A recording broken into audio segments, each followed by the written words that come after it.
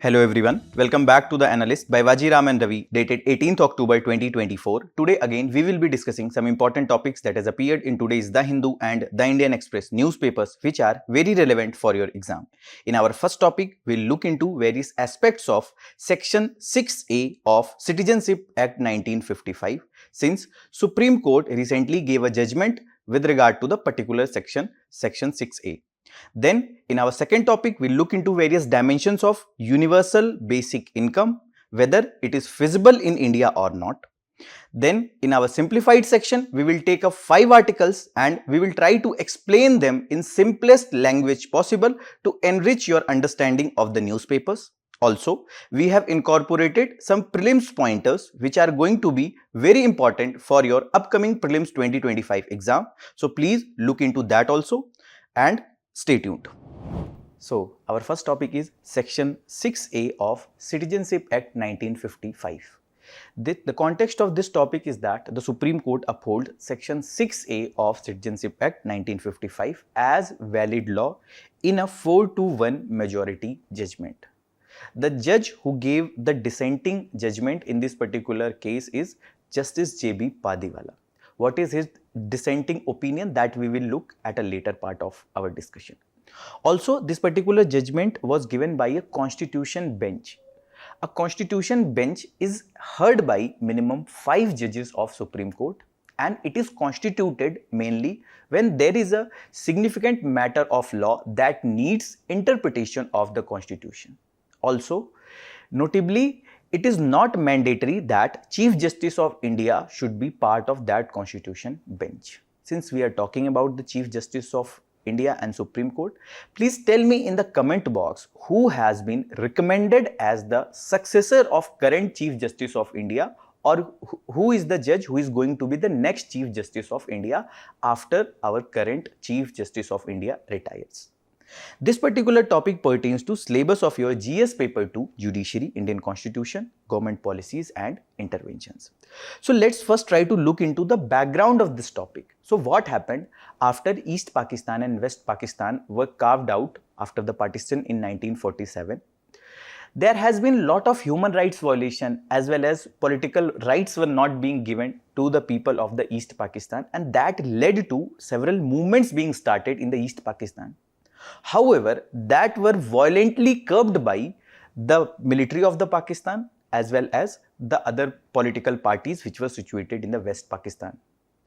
So when this particular movement started in the East Pakistan, there has been a lot of insurgency, violence, etc. that erupted. That led to a lot of migration of immigrants in India. Also, what happened? India also took participation in that particular war when our western airfields were bombarded by the Pakistan. And this 1970 war ended with loss of Pakistan, and there was a full-fledged country born, that is Bangladesh. However, during the course of movement in the East Pakistan and during the course of war, there has been a lot of influx of immigrants in various states which are bordering the Bangladesh, states like Assam, states like West Bengal, etc. And in this regard only, what happened, when there has been a lot of influx of immigrants in Assam, there has been agitation that started in the Assam, particularly led by All Assam Students Union, and their allegations were these immigrants were eating up the resources of the Assam, they were taking up the jobs of the local people and several other things. To curb this movement that actually started in Assam, there was a Assam Accord that was signed in year 1985 between the central and state government and the leaders of this Assam movement. Under this clause 5 of Accord, which discussed the foreigners issue, they set January 1, 1966 as the base date and year for the purpose of detection and deletion from the electoral roll of foreigners. And to provide legality to this clause 5 of Assam Accord, this provision 6A was inserted in Citizenship Act 1955 through this Citizenship Amendment Act 1985. And what were the provisions of this section 6A? That the person of Indian origin who came from Bangladesh before 1st January 1966 were deemed to be citizens of India as of that date. The person of Indian origin who came to Assam between 1st January 1966 and 25th March 1971, their names would be deleted from electoral roll for 10 years, and after 10 years their voting rights would be restored. The persons who entered Assam after 25th March 1971, they would be detected and they would be deported. With regard to person of Indian origin, the person who can be called as the PIO is the person who at any point of time held Indian passport, or the persons who are one of their parents, grandparents or great grandparents were born in India or in the territories that became part of India. However, there are several other provisions that are applicable. Only then the persons can be called as person of Indian origin. So when this section 6A was inserted in this Citizenship Act 1955, there were several petitions that were filed with the Supreme Court of India that this section 6A is violative of various parts of the Constitution. So what were those arguments? The first argument is with regard to that whether the Parliament have power with regard to the citizenship matters or not. In this regard, the Supreme Court says that this section 6A extends citizenship right to the persons who are affected by the country's partition. Also, the entry 17 that deals with citizenship matters is in the union list, and that's why the Parliament have complete jurisdiction to legislate on the matters related to citizenship. Also, the Article 11 which explicitly provides that any law that is needed to be made for the citizenship should be made by the Parliament only. That also emphasizes on the point that the Parliament have complete jurisdiction and control to legislate on any matter related to the citizenship. So, this particular argument by the petitioner is not justified as said by the Supreme Court. Second, the petitioner says that this particular section is against the right to equality because this is discriminating between one particular state, Assam, and the rest of the state, because Assam was not only one state which was affected by the immigration of migrants from the Bangladesh.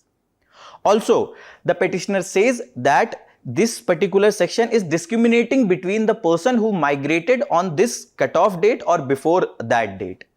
So, also they says that this March 24, 1971 is an arbitrary date. In this regard, Supreme Court says that since Assam was more affected as compared to other states which are bordering the Bangladesh, it is justified to make a particular section for Assam. Also, they says that this cutoff date March 24, 1971 is also justified because this was the date when Operation Searchlight was launched by the Pakistan to curb the movement in the East Pakistan region.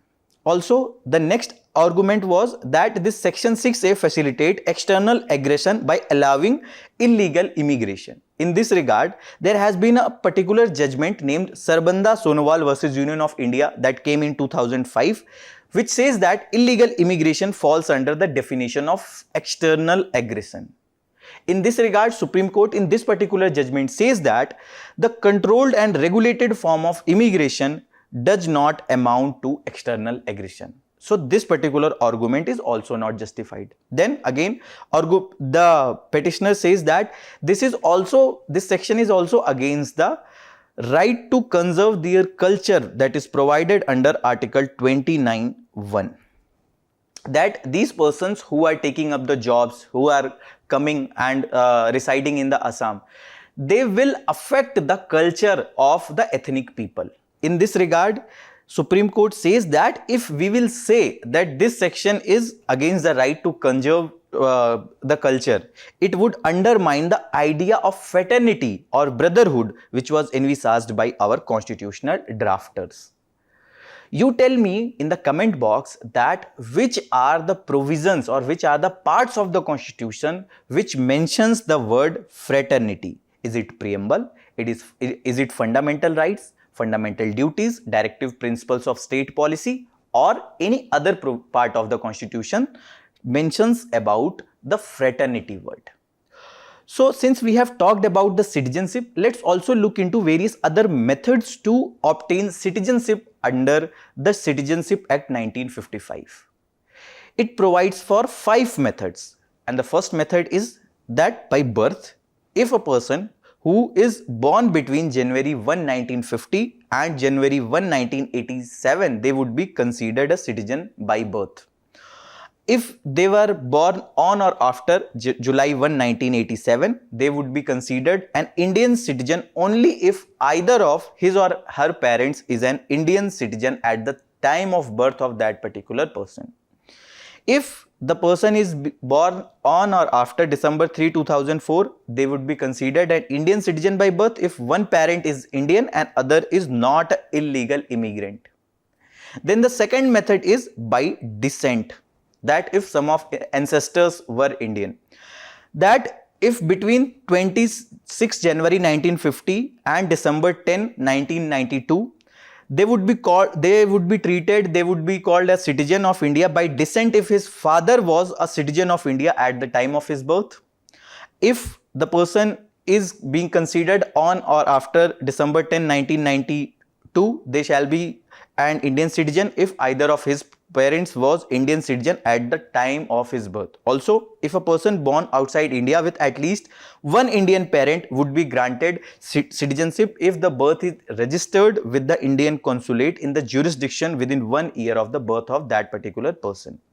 Also, by registration, if we talk about the person of Indian origin who is living in India for at least 7 years before applying under this registration, or ordinarily resident in any country or place outside undivided India.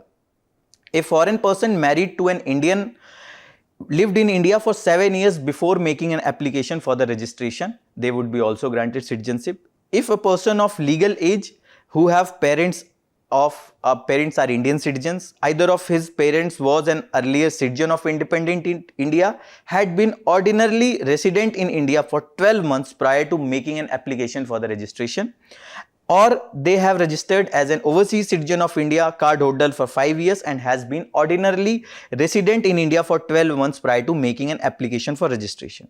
Also, if you talk about minor children, parents are Indian citizens, then they can go for this registration process. Since this particular topic citizenship have lot of factual information, it would be better if you make a proper diagram, flowchart or chart where you can note down this important factual information. It would be much easier for you to revise that at a later part of time, and it would be much retained for your both prelims and mains exam. If you talk about citizenship by naturalization, the person who is not an illegal immigrant and has lived in India continuously for 12 months prior to making an application. Furthermore, in 14 years preceding to 12 months, the person must have lived in India for at least 11 years, which was reduced to 5 years for the categories covered under the Citizenship Act of 2019. Now you tell me that what were the communities which were given this right, for which this criteria was reduced to 5 years. Also, this citizenship by naturalization actually means that there is a specific criteria that is needed. If that is fulfilled by few persons, they would be granted citizenship. And next method is citizenship by incorporation of territory. If any territory becomes part of India, the central government may, by order published in the official gazette, specify the person who will be the citizen of India due to their connection with that territory. Also, such person will be citizen of India as the date would be specified by the specific order of the government of India. If we talk about the termination of the citizenship, it can be terminated by renunciation. When a person, by making a declaration before a prescribed authority, indicate their intention to relinquish their Indian citizenship. Also, it can be cancelled if it has been proved that the citizenship was obtained through fraud or misrepresentation of facts, engaged in activities that are prejudicial to the interest of India. Also, it can be terminated through deprivation if the person who is Indian citizen have voluntarily acquired the citizenship of any other country, or if they have shown disloyalty to India. A prelims PYQ that was asked in year 2021 with reference to India, consider the following statement: there is only one citizenship and one domicile. A citizen by birth only can become the head of state, and a foreigner once granted citizenship cannot be deprived of it under any circumstances. Even if you will use simple elimination technique, you can come to the answer of this question. Please comment the answer of this particular question in the comment box. Our next topic is universal basic income. The context of this topic is that our lead editorial have highlighted various aspects of universal basic income, and this particular topic pertains to syllabus of your GS paper 2, government policies and interventions, and syllabus of your GS paper 3, fiscal policy, government budgeting, as well as inclusive growth and various other topics in your GS paper 3. So what is this universal basic income is all about? First, if you look into the definitional aspect, it talks about a guaranteed income in which all citizens or residents of a country receives an unconditional sum of money on a regular basis by a government authority or any public institution. There are three main components of universal basic income. First is universality, means everyone located in that particular country would be provided that income irrespective of their work, irrespective of their ethnicity, religion or anything else.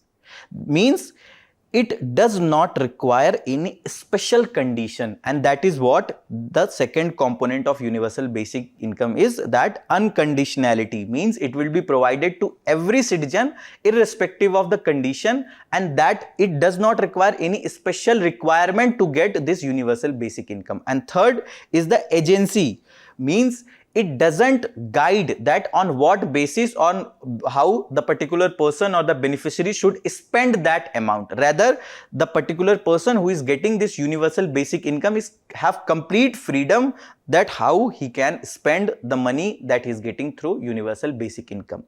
If you look into the history of universal basic income in India, in 1938 a minimum income standard was discussed, and that was before independence.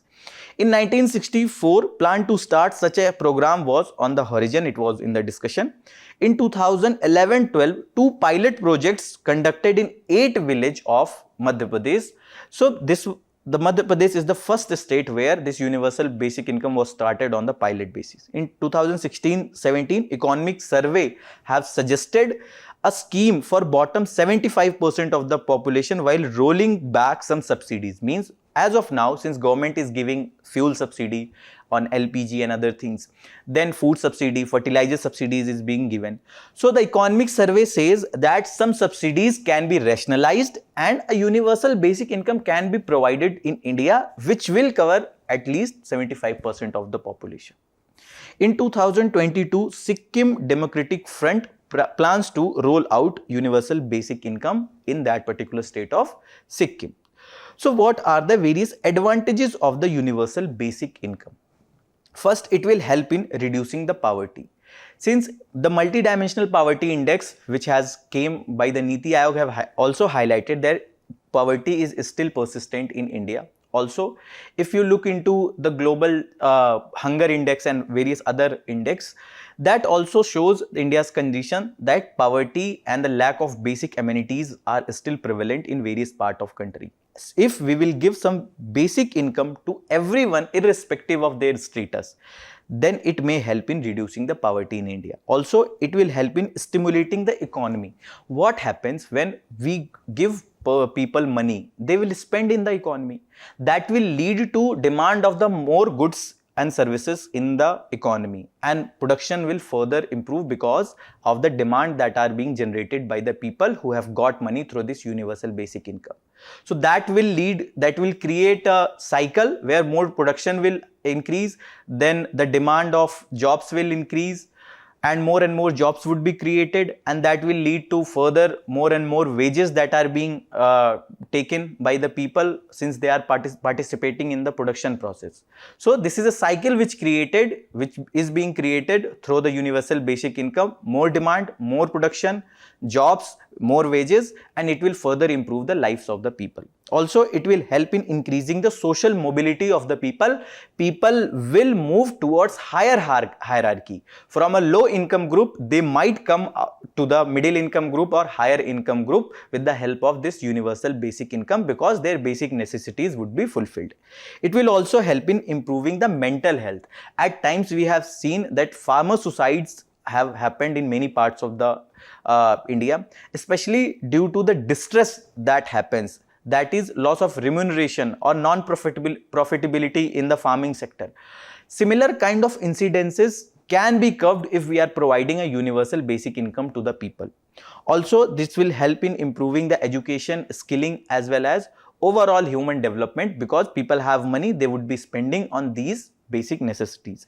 It will also help in enhancing the entrepreneurship, because with more and more people have money, so they might start some startup or some other venture, and that may lead to more and more entrepreneurship generation. Then it will also help in reducing the crime. If we look into the social causes of the crime, time and again it has been seen that some people who are resorting to the crime is because of lack of fulfilling of basic necessities. They are being attracted towards the crime because of the poverty. So if we would be giving some universal basic income, that also might help in curbing the crime in the cities or in other parts. It will also help in improving the health outcomes, as shown by various data that out-of-pocket expenditure in India is very high. So when people have money, they would be spending on their health needs, and that might help in better health outcomes. Also, as said by this editorial which was written, that it will help in reducing the administrative cost associated with targeting and minimizing the exclusion errors. Since the transfer are universal, fewer intermediaries would be allowed. That will also reduce the chances of the leakages. And the universal transfer also avoid work disincentives often associated with targeted programs. So what happens, since multiple schemes are being run, so when there are a lot of schemes where the administration needs to identify beneficiaries, then there is various processes, various stages involved in which that particular fund ultimately reach to the people. However, with the JAM Trinity, that is Jan Dhan, Aadhaar and Mobile, that intermediary have reduced, but still there are intermediaries. That leads to leakages of the schemes and inclusion and exclusion error. If we will have universal basic income, we can also check those particular issues. But if we look into the disadvantages of universal basic income, the high fiscal cost that is associated with the universal basic income. For example, as said by the Economic Survey 2016-17, a universal basic income of rupees 7,620 per day for every Indian would cost around 4.9% of GDP. So that is a huge amount, and with regard to the fiscal deficit targets, it might hinder the successful achievement of those fiscal deficit target. Also, it might reduce the work incentive, because people may think that since they are getting money even without working, so what is the need of going work, and that might lead to further a dependency syndrome or culture of dependency on the government benefits, and that might create the inefficiency in the economic and more unproductivity. Also, that this may create a potential for inflation, because what will happen when people have money, they would be buying. There might be unnecessary expenditure on some of the sin goods or some goods which are less produced in the economy, and that might create a scenario where there will be lot of demand, and since production would be more or less same, that may create a demand supply mismatch and inflation would be increasing in the economy. Also, it may lead to inefficient allocation of the resources, because whatever the resources are being allocated to provide the universal basic income, that can be diverted to some better efficient resource management. For example, the infrastructure can be created that will lead to further creation of jobs, and overall economic productivity might increase. But here we are allocating it for providing universal basic income, which might not yield better productive results in a longer run, as said by some experts. Also, it will help in reducing the private sector investment, because it will create a scenario of crowding out, that since the government is taking money from the market to provide this universal basic income, there will be less money available, less loans available for the private sector investment. Also, since people would be getting money without even working, they might not attracted to work in the private sector. So that might lead to reduction in the private sector investment in the economy. Also, there are environmental concerns that if people are getting money, they may further spend on the fuels and other items which might further deteriorate the environment. Also, as said by the this editorial, that something that is desirable may not be feasible from a budgetary point of view. Even if one were to agree that a UBI is indeed desirable as a social safety net policy, it may not be feasible given the budgetary constraint, the fiscal cost that we talked about. If you look into the case studies about the UBI across the world, in USA, the Alaska Permanent Fund distributes part of states' oil revenues to all residents on per capita basis. In Stockholm, California, there is a secured funding from private non-profits to launch a small project with about 100 participants, receiving almost $500 a month for above 18 months. In Finland, there is a scheme started in 2017 to pay 2,000 jobless people assistance to 560 euros a month, that was stopped last year. In Kenya, in Brazil and Canada, there are some other similar kind of schemes that are being run, and there are various other countries in the Europe where similar kind of schemes is being run. If we look into in India's case, in recent year, India has already implemented income transfer schemes as part of anti-poverty strategies, especially in the agriculture sector. In early 2018, Telangana launched the Raitu Bandh scheme, which gave farmers an unconditional payment of 4,000 per acre. This approach was soon replicated at the state level. The Kalia or Krisak Assistant for Livelihood and Income Augmentation Program in Odisha. And at the national level, Pradhan Mantri Kisan Samman Nidhi or PM Kisan scheme was launched, where 6,000 rupees is being provided to the farmers, and there is land requirement that every farmer who is owning land will be getting the PM Kisan benefits, and they would be getting 6,000 in 3 installments. Also, this was earlier it was only for small and marginal farmers, but later it was expanded to cover all farmers excluding income tax payers and those not engaged in farming. By 2021, the scheme aimed to cover around 10 crore farming households with an estimated cost of 75,000 crore, roughly 0.54% of the GDP. So this is what the editorial is saying, that we are moving towards that universal basic income, that we have started a targeted approach. For example, in the PM Kisan, earlier there was a category that this category would be only getting the benefits. However, later it was expanded to most of the farmers.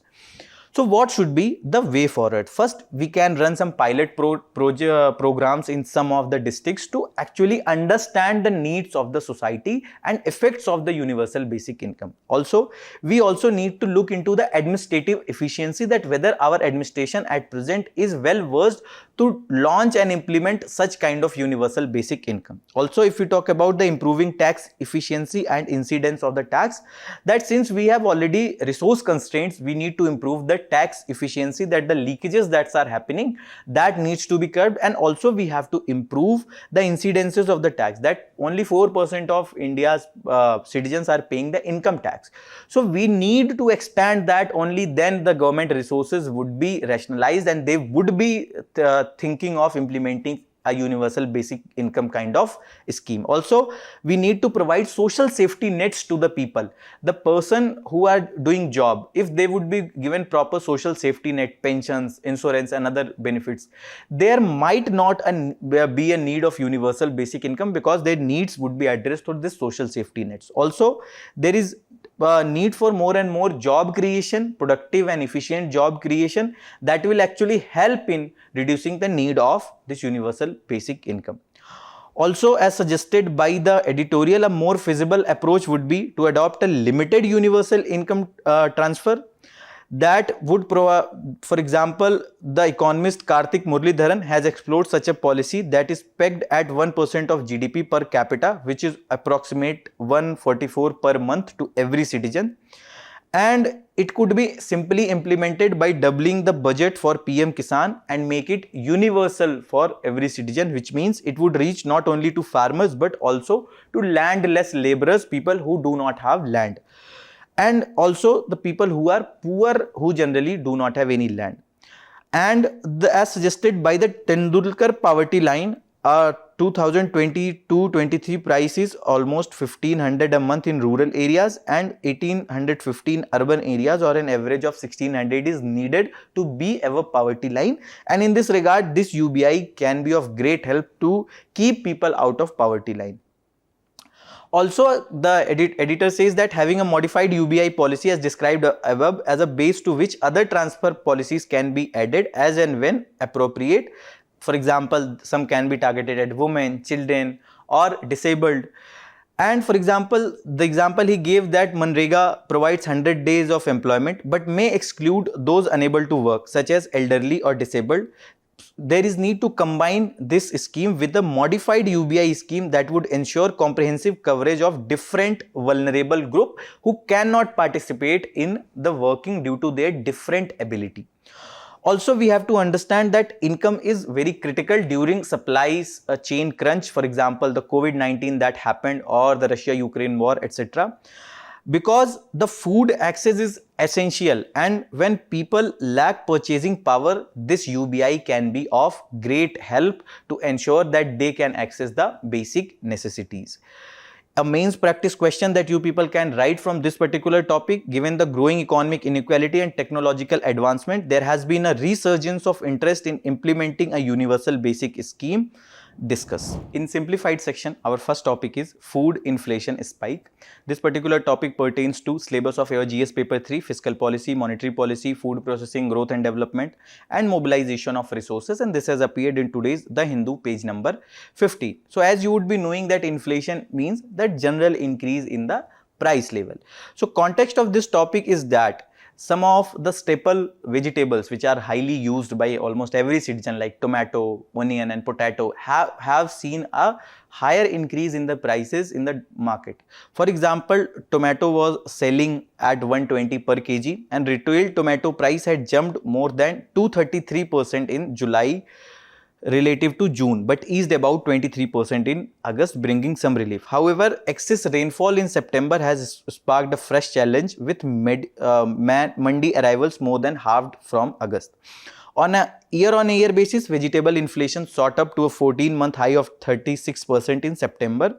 For tomato, the situation appears to be much more worse as compared to other vegetables. So what is happening? See, so food inflation, especially the vegetable inflation, is mainly affected by the supply side crunches. If the production have declined due to excess rainfall or lack of rainfall, or if there has been a strike in the transportation, or if there has been rise in the fuel prices, which is actually helping in transportation of these vegetables. So there are plethora of factors which are actually affecting the prices of the foods or vegetables. So that's why they are very sensitive to various factors, and that leads to a lot of food inflation even with the small changes in other supply side factors. And this is the reason this has been very difficult to curb by efforts of Reserve Bank of India or by the efforts of the government, because there are some natural factors which cannot be ultimately eased, which cannot be ultimately tackled properly. If you look into the data about the sowing of tomato, which declined this year as of October 4, there were 2.44 lakh hectare that was sown and 0.2 lakh hectare less than last year than the target. So you can see that the sowing which was achieved this year and sowing that was achieved last year.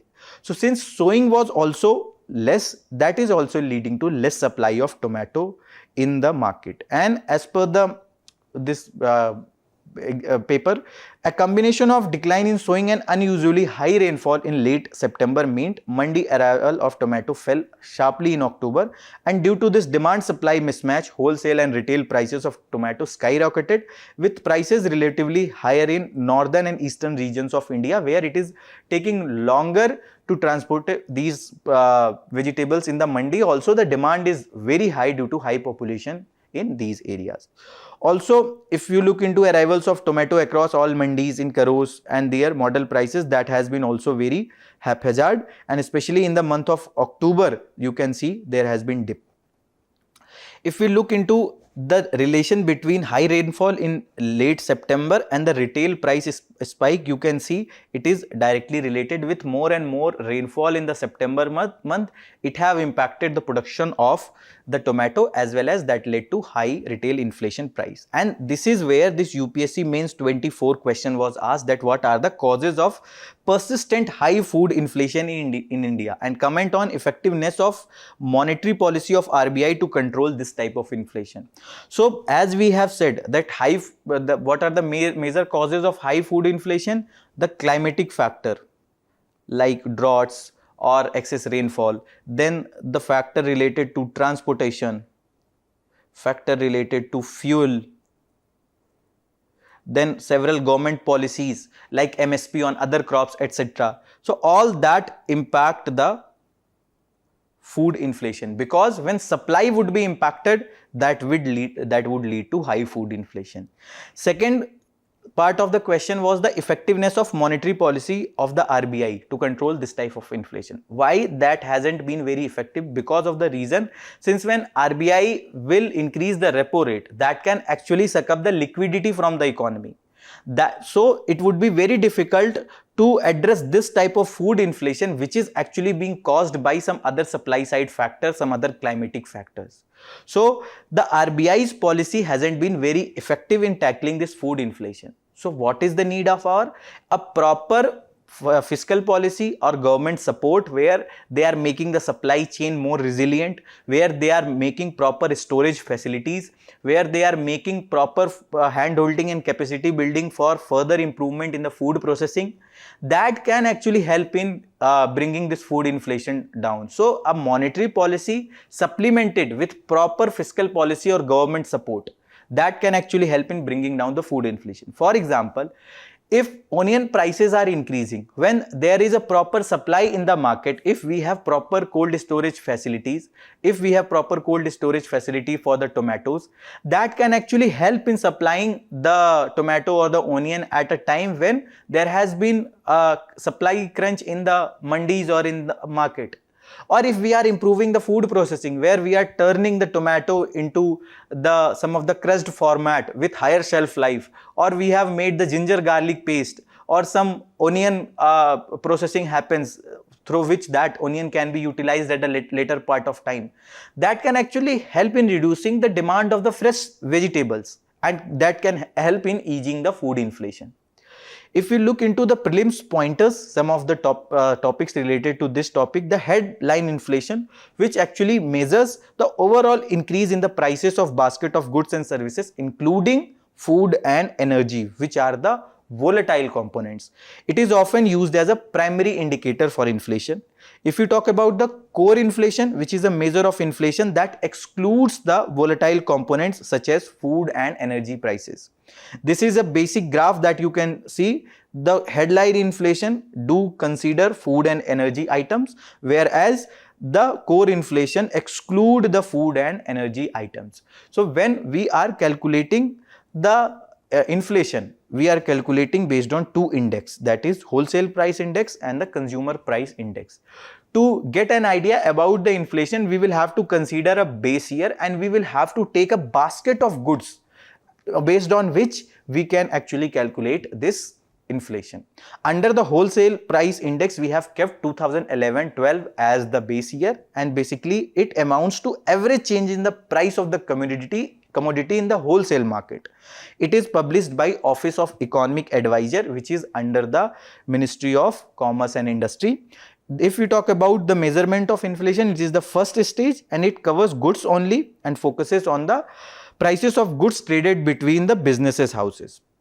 If we talk about the CPI, the base year is 2012, and it indicates the average change in the price of commodities at retail level, and it is published by Central Statistics Office or CSO, and it is applied at the final stage of transactions, and it covers both the goods and services. If you look into one prelims question from this particular topic that was asked in year 2020, the weightage of food in consumer price index is higher than the wholesale price index. The WPI does not capture change in the price of services, which CPI does, and Reserve Bank of India has adopted WPI as its key measure of inflation and to decide on changing the key policy rate. So the Reserve Bank of India have adopted CPI as key measure now, and it is not the WPI. So option 1 and 2 only is the correct answer here. Moving towards our next topic, that is increase in the direct tax share in the collection of taxes. This particular topic relates with your GS paper 3, fiscal policy and government budgeting, and this has appeared in today's The Indian Express, page number 15. So the context is that contribution of direct taxes to total tax revenue climbed to 56.72% in 23-24, highest in 14 years. The surge was even more stark in direct tax to GDP ratio. The share of direct taxes in overall economic output in country, which jumps to over 2-decade high of 6.64%. Time series data released by CBDT under the Ministry of Finance. You can see there has been persistent increase between the personal income tax, especially after the 2019-20. That was the year of corporate tax cut, where the corporate tax was rationalized and it was effective rate was almost 28%. So from this time you can see there has been increase in the direct tax collection and there has been decrease in the this corporate tax collection, and there you can see that there has been consistent increase in the total direct tax collections. And if you look into the contribution of direct taxes to total tax revenue, you can see that from 21-22 onwards there has been consistent increase in the contribution of direct tax, starting from 52.27% in 21-22 to 56.72% in 23-24. Also, if you look into top 5 states in financial year 24 share in total direct taxes, Maharashtra is the highest, and then Karnataka, Delhi, Tamil Nadu and Gujarat. And there has been also increase in the income tax filers, which is 8.09 crore, and direct tax to GDP ratio is almost 6.64%. If we look into the prelims pointer, as you would be aware of the fact that direct taxes are those taxes which are directly levied on the individual or entity's income or wealth. Example, income tax, corporate tax, capital gain tax and property tax. The burden of tax here under the direct tax cannot be shifted to someone else. If you talk about the indirect tax, they are generally levied on the goods and services. Often they are passed on from seller to the ultimate consumer of that particular goods or services. For example, sale tax, value added tax, excise tax, custom duty, etc. Here the burden of tax can be shifted to someone else. Our next topic is this click to cancel rule, which is announced by US FTC, and it pertains to your syllabus of prelims, current events of national and international importance, and this has appeared in today's Indian Express, page number 17. So context is that US Fed Trade Commission will soon implement a click to cancel rule, which will make it significant easy for the consumers to cancel their subscription and membership and make companies liable to face civil penalties for complicating the cancellation process. So what happens, there has been, you can see that whenever you have to take a subscription of any particular OTT platform or any particular other service, that is very easy, because that can be availed by few clicks. But if you have to cancel the membership, that process is complicated, and that is deliberately made complicated by the companies at some times. So the US Fed Trade Commission says that if that process would be made complicated, they may face liability, they may face actions. And the new rule says that the companies cannot require people to talk to a live or virtual representative to cancel if they did not have to do that to sign up. Companies cannot charge extra for phone cancellation and must answer the phone or take a message during the normal business hours. If they take a message, companies have to respond promptly. And for subscriptions that were originally offered in person, companies cannot mandate in-person cancellation. To whom will the rule applicable? It will apply to almost all negative option program in India, including pre-notification and continuity plans, automatic renewals, etc. Negative option programs are defined as companies which are assuming customer accepted a service unless they specifically rejected it. Okay, if we look into the benefits or the rights of the consumer that are being protected in India by Consumer Protection Authority, which is provided under the Consumer Protection Act 2019, which replaced the Consumer Protection Act 1986, and under the provisions of this Consumer Protection Act 2019, this Central Consumer Protection Authority was established in July 2020, and this particular Central Consumer Protection Authority aims to protect the right of consumers by cracking down on unfair trade practices and false on misleading advertisements that are detrimental to interest of public and consumers. The nodal ministry for this Central Consumer Protection Authority is Ministry of Consumer Affairs, Food and Public Distribution.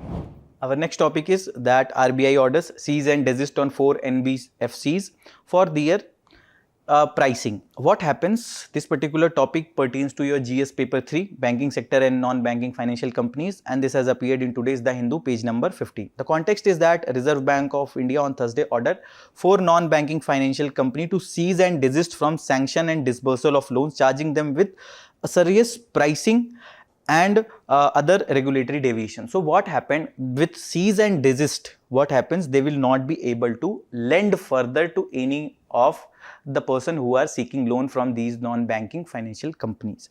And this action that was taken by the RBI is based on the material supervisory concern observed in the pricing policy of these companies in terms of their weighted average lending rate and the interest spread charged over their cost of funds. So weighted average lending rate is the rate which is generally the average rate of funds or average rate of lending which has been done by that particular NBFC. Whereas the MCLR or marginal cost of lending rate is that rate below which a loan cannot be offered by any particular NBFC or the bank. So MCLR is based on the marginal cost of funds that they are getting. If the bank or the NBFC is getting costlier funds, obviously the MCLR might increase.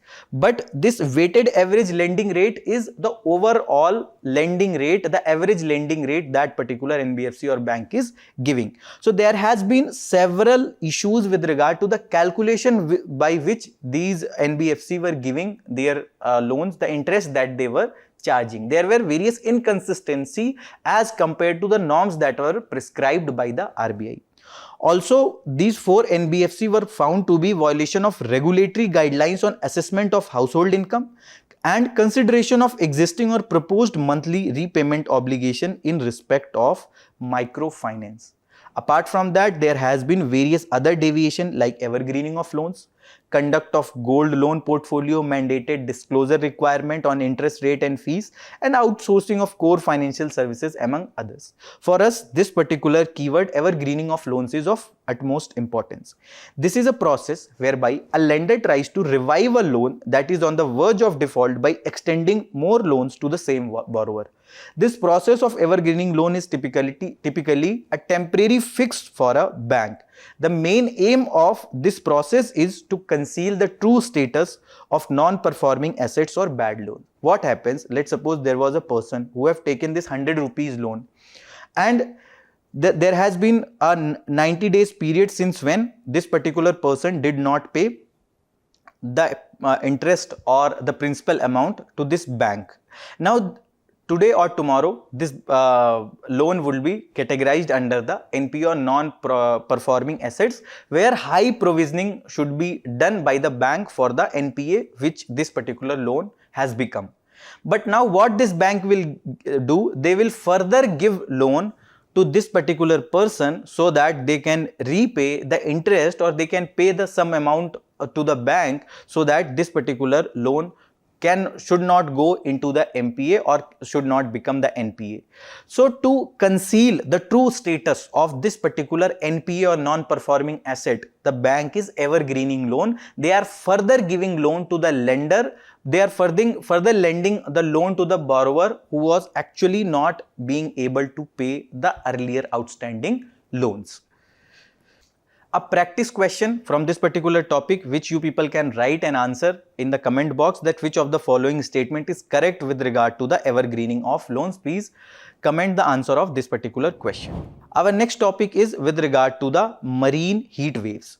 So this particular topic pertains to your syllabus of GS paper 3, conservation, environment, pollution and degradation, and this has appeared in today's Indian Express page number 17. So marine heat wave refers to unusual warming of ocean waters, typically measured by observing temperature at the ocean surface. And there is a journal named Nature which has found that these heat waves can also be observed in the twilight zone between the depth of 2000 and 1000 meter. And researchers have found that heat waves deep in ocean may be significantly underreported with regard to the limitation that we have with that we cannot do much research at that depth. The extreme temperature changes that we are witnessing in the twilight zone also raises concerns, since many important fish species, plankton reside here, and plankton form the base of oceanic food zone, because on these plankton the various fishes and various other marine organisms are dependent for their food. This marine heat waves can also lead to low oxygen level in the water and reduce nutrients, the biological oxygen demand BOD, that might further increase in that marine ecosystem. So if you look into the various zones in the ocean depth, there is epipelagic zone which is also called as the sunlight zone, and where the photosynthesis occurs. It is from the sea surface level to the 200 meters. Below this, there is this twilight zone which we were talking, which is also called as mesopelagic zone, where there is dim light available because the sunlight cannot penetrate to that level properly. Then there is bathypelagic zone, which is midnight zone, where no sunlight goes, which is around 1000 meter to 4000 meter. Then there is abyssopelagic zone, which is abyssal zone, deep ocean floor, 4000 meter to 6000 meter.